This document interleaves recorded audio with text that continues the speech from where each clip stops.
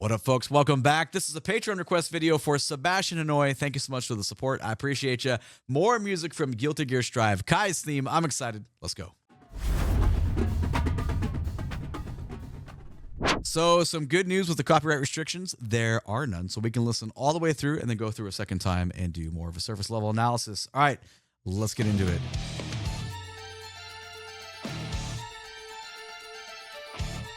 Feels like Dream Theater.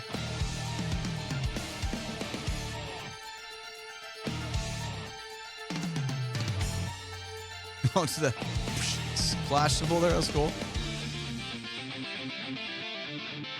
Oh, it's gorgeous harmonies, man. I love that kind of guitar writing.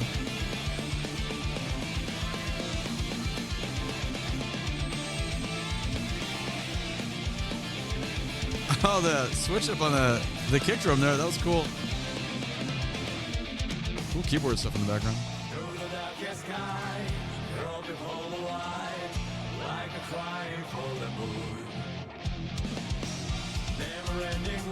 Similar mix levels vocally that we're used to.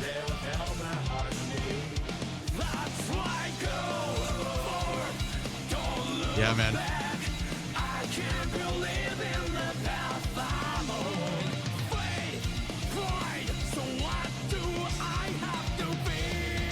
Oh, yeah, dude. Oh.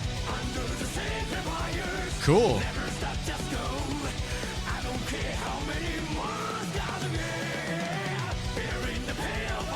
I wasn't expecting that melody to chord progression.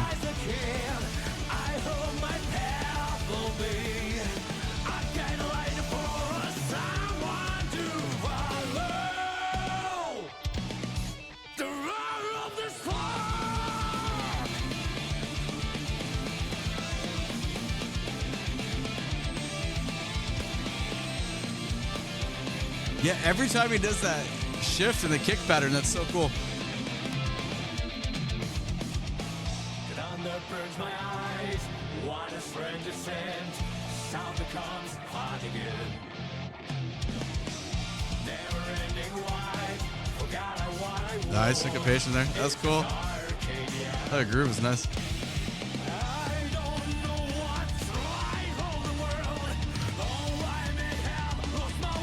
Very Daisuke Ishiwatari, Naoki Hashimoto like within this.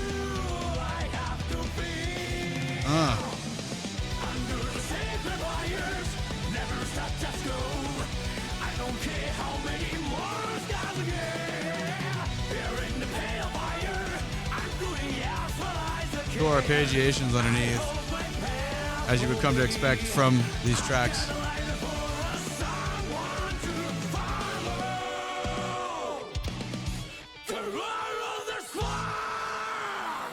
Your right side guitar is fun.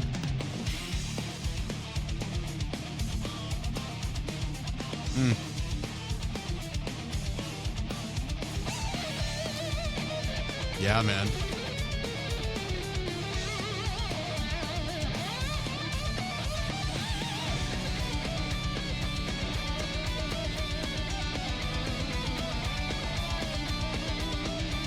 It's that part of the progression that's so cool.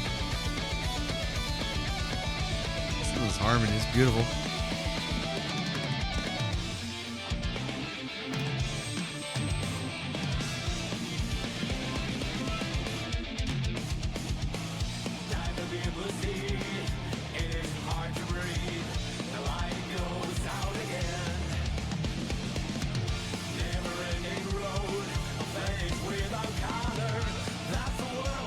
Cool keyboard, maybe organ stuff underneath there. That's fun.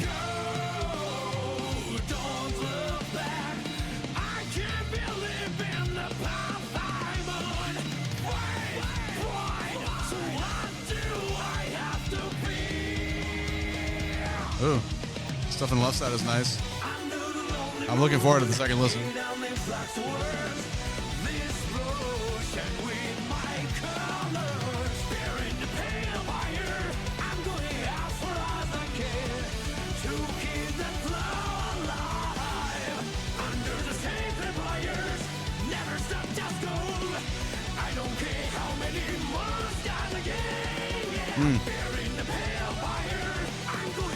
We had not had that interval yet.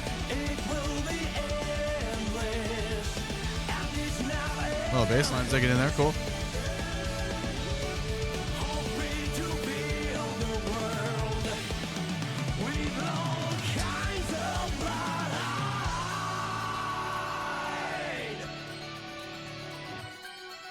Oh, interesting. Underneath that. All right. It's like what you would expect from a good Guilty Gear song. There's a lot of stuff going on. When you do like a 5 minute, that's 5 minutes and 12 seconds. We just go straight through.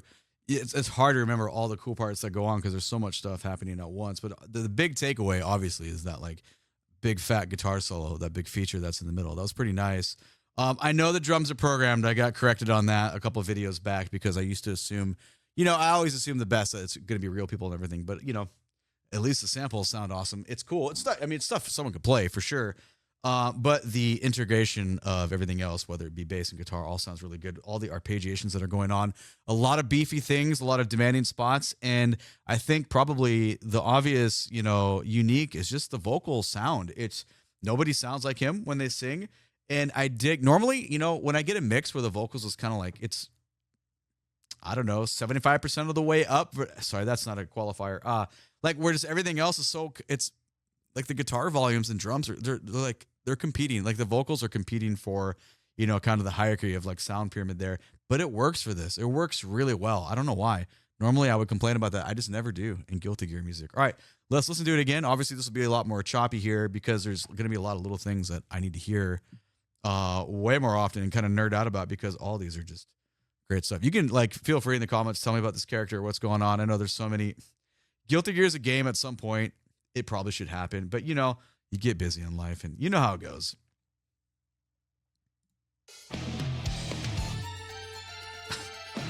We just get beam bum and we're in and suddenly and then we got that groove. I didn't even by the time we got to the end, I didn't even remember that groove was in the beginning.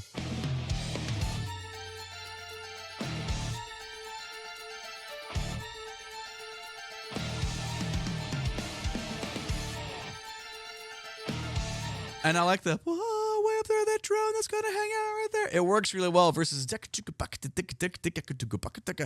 it hits. You know what I'm saying? It did give me, like I think I made the comment like it kind of reminded me of Dream Theater. Minus the Mike Portnoy like fills that would happen there. It just kind of felt like an introduction that had like kind of a similar, I don't know, maybe a little bit of similarities and properties for an introduction. Oh, but this, though. I don't know what it is. Maybe it's my age, and I grew up hearing way more music saturated in harmony rock guitar riffs. I don't know why it sounds so cool to me. That's probably the reason. It's because it just, when you're coming up and you hear that kind of stuff and you're like really impressed, it kind of like makes a big impact. I mean, I like modern guitar stuff too, but for whatever like musical reasons, these just feel a little bit more rich. They're more saturated in, a different kind of development where, I don't need 1,000 notes a minute to be like, ooh, my God. I'm more into like it just feels a little more rewarding, a little more ROI when things are harmonized, and it's a different style of substance, I guess. It is what it is.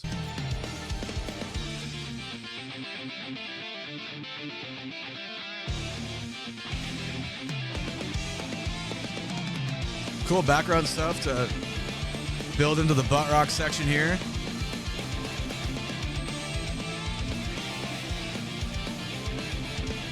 Yeah, and that's where that kick drum, the pattern, like whatever the change is there. Obviously, I sang that wrong, but it just really provides a different value of rhythm experience there when that flip flops.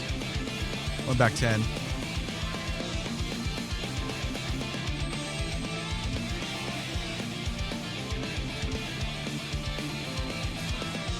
It's little stuff like that. All like you got the cool keyboard synth stuff still happening in the background. The guitar riff is still there, but that one adjustment on the written kit line, it makes a huge difference. So I'm always going to nerd out for things like that.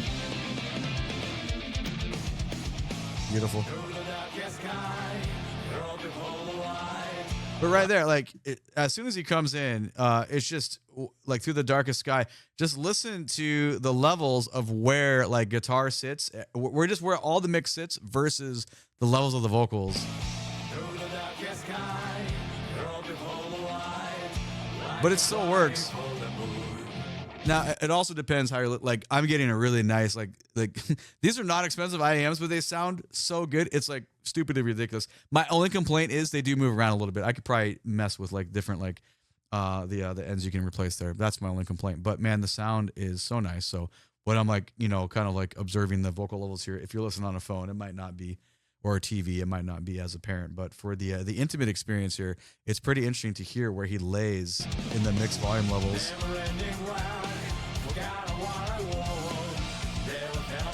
That's cool, man. That is borderline, almost a little backward swing on that. Yeah, with the added hi-hat stuff there. That's cool.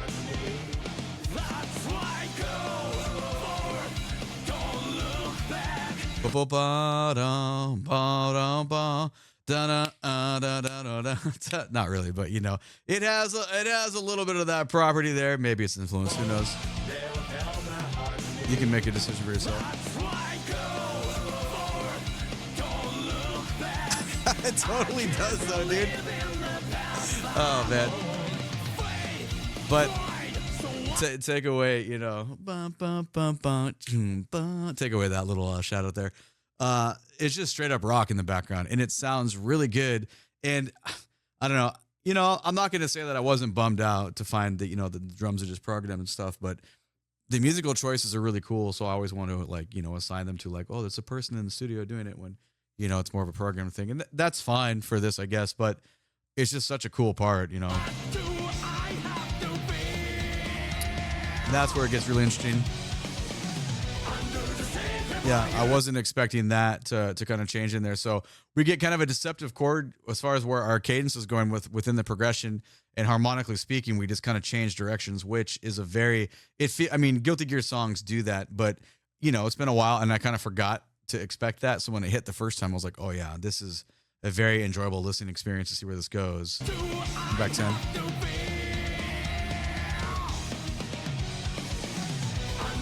That's phrasing.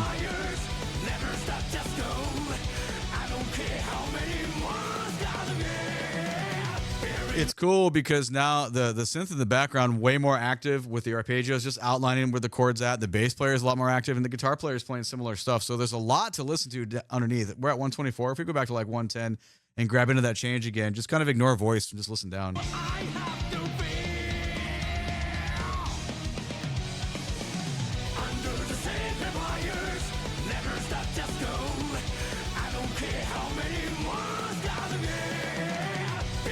Oh, that's cool.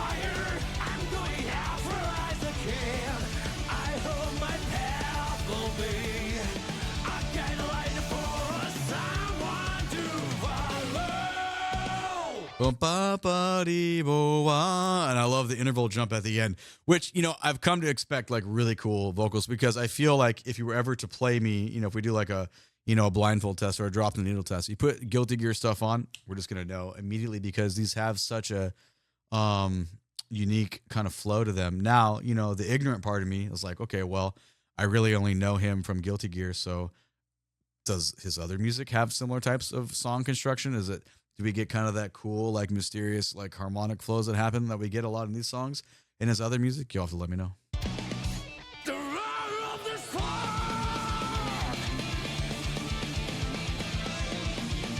I think get the kick drum change again, and it's not even that, like, now that we've heard it like 3 times, it's not even that big of a deal anymore, and it's nothing like super complicated. It was enough to note, you know. My eyes, what a strange descent, sound becomes hot again. Yeah, it feels good. Pull the drums away, let the guitars do most of the work right there, and just layer it back in.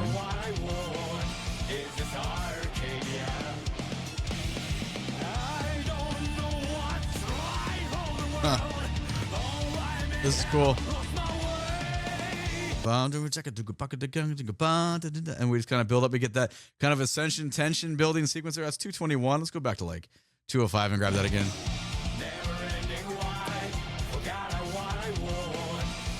It's coming up. Here we go.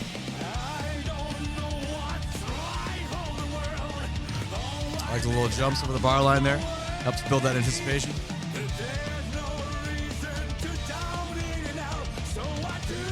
Little tom usage helps build that.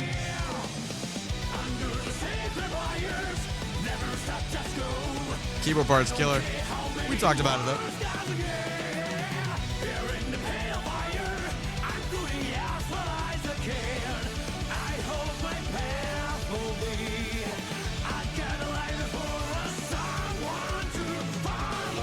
Yeah, the bass lines there are real nice. That's 250. Let's go back to 235. Just check out the bass down below.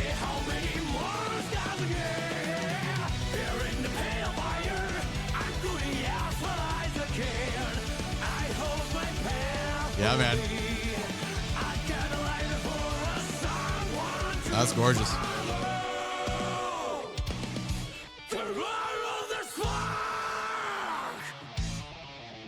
Oh. Come on, man. The right side, you get a little bit unbalanced for a bit. I start to feel like a borderline dizzy when it's so asymmetrical like that. But the guitar playing was cool. Let's grab like the last.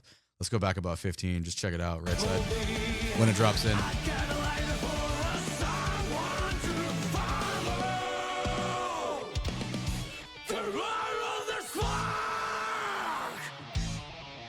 Yeah, man. Like we don't. Like, that's not hip to play. I mean, you go out to live shows, you're going to catch plenty of guitarists playing like that. But that's like an older sound, not older by bad. I don't mean that in any way. I just like such a rocker sound. I miss that being mainstream because it's very good. Like, you know, like it's so aggressive, but yet very musical at the same time, you know? All right, here we go.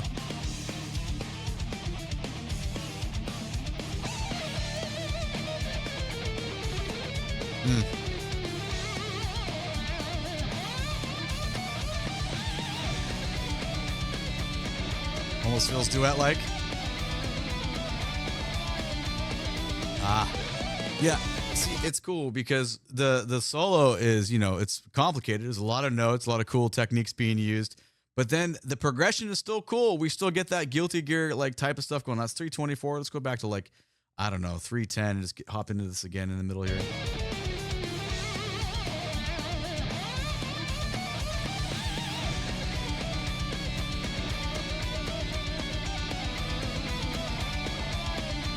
Yeah, man.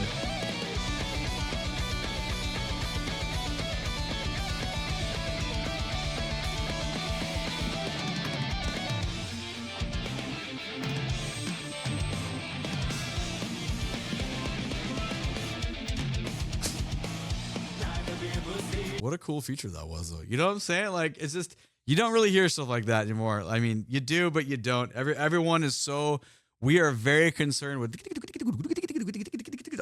like how many things, you know, like crazy amounts of really, really technical, like sweep picking and like all the variants that have been invented and all the stuff that most of the time I look at, I'm like, I really don't have a fucking clue what I'm looking at. It's cool. It sounds badass, but there's something that just, it hits like in a certain way here. It has a different style of, it unlocks different doors, and that's obviously subjective. Like it's going to be, like we always say, you ask 100 people, you're going to get 100 answers. I'm just giving you my answer, you know?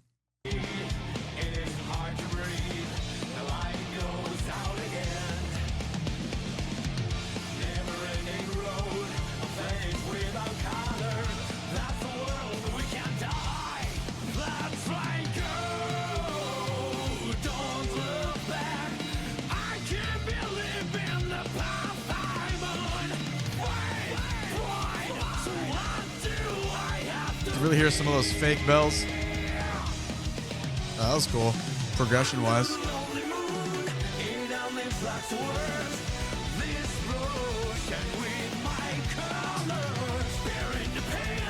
I mean, it's all obviously similar properties to stuff we talked about earlier with how much arpeggiation is going on between guitars and keyboards here.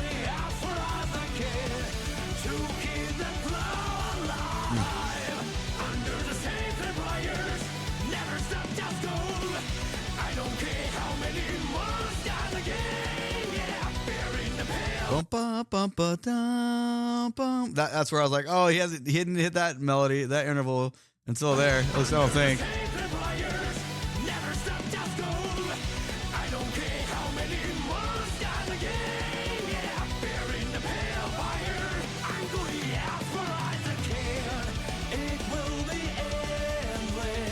Oh, bass playing, man. It's going.